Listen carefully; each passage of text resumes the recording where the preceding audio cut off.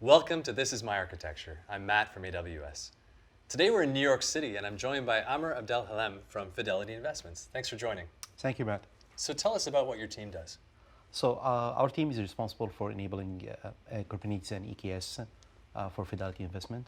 Great. Yeah, so you just said a word that is on a lot of developers' minds these days, that's Kubernetes. Everyone's embracing containers, and I know Fidelity is one of those customers, right? That's correct, yep. So Kubernetes is one of our strategic direction right now in migrating to the cloud. Great. Yeah, migration and containers go together so often these days. But you're a very large enterprise, and I imagine there's a lot of security constraints and governance for an enterprise like yours. So operating at this scale requires some special considerations. Is that right?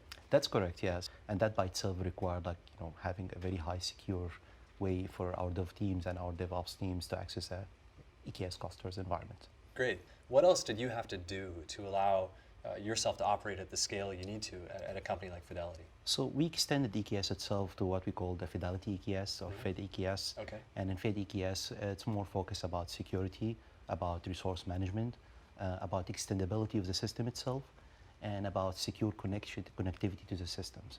Great.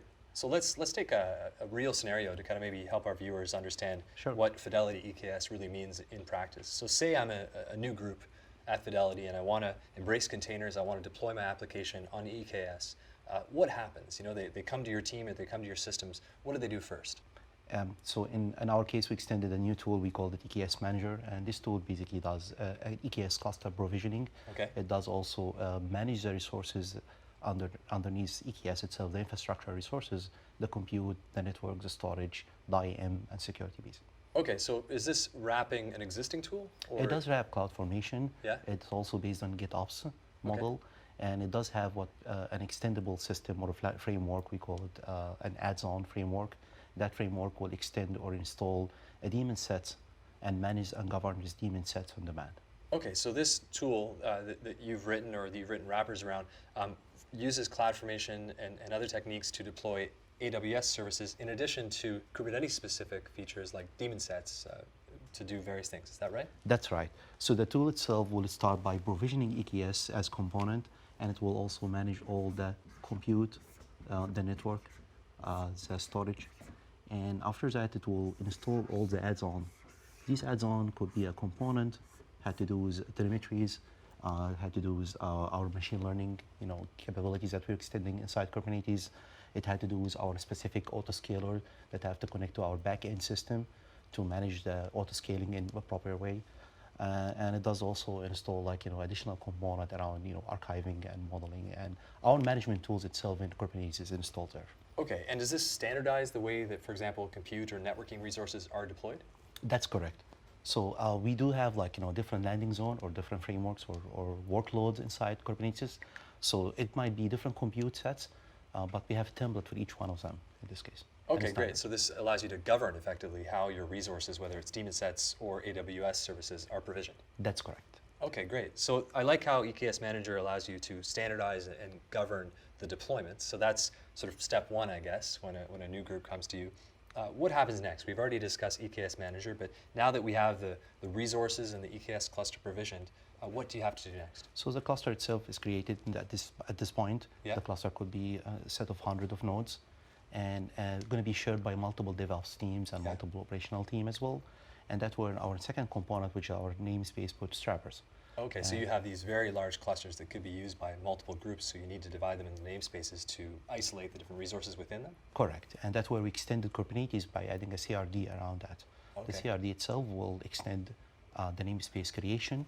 It will also secure that namespace integration back to our Active Directory system in the backend. Well, yeah, that was my next question, is how does it actually know? So it's actually using Active Directory on the back end and sort of federated identity and then deciding what you can access based on who you are? Right, so in this case, it will connect our Kubernetes RBAC model. Yeah.